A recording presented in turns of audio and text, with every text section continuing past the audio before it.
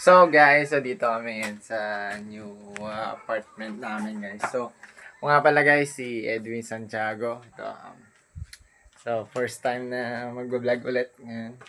So, ito nga guys yung ginagawa ko dito sa bahay kasi tambay muna ako. Kasi naghihintay tayo ng fight guy kasi babalik ulit tayo sa Japan. So guys, to luto-luto lang muna ako.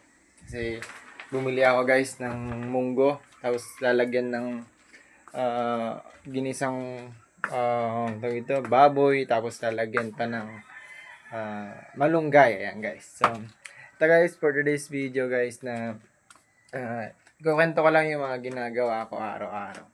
So, ang ginagawa natin araw-araw guys ay yung mag-jogging tayo ganyan. Kasi about 3 weeks guys, medyo ko na tayo. Pabalik na rin tayo sa pagkatrabaho ulit.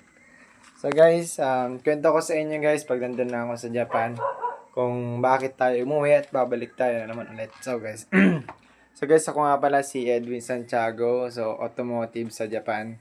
Kailangan na masubaybayan nyo guys yung aking channel. Sana i-subscribe po ninyo at i-like and follow and share po.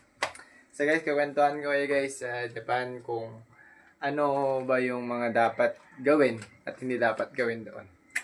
Guys, thank you.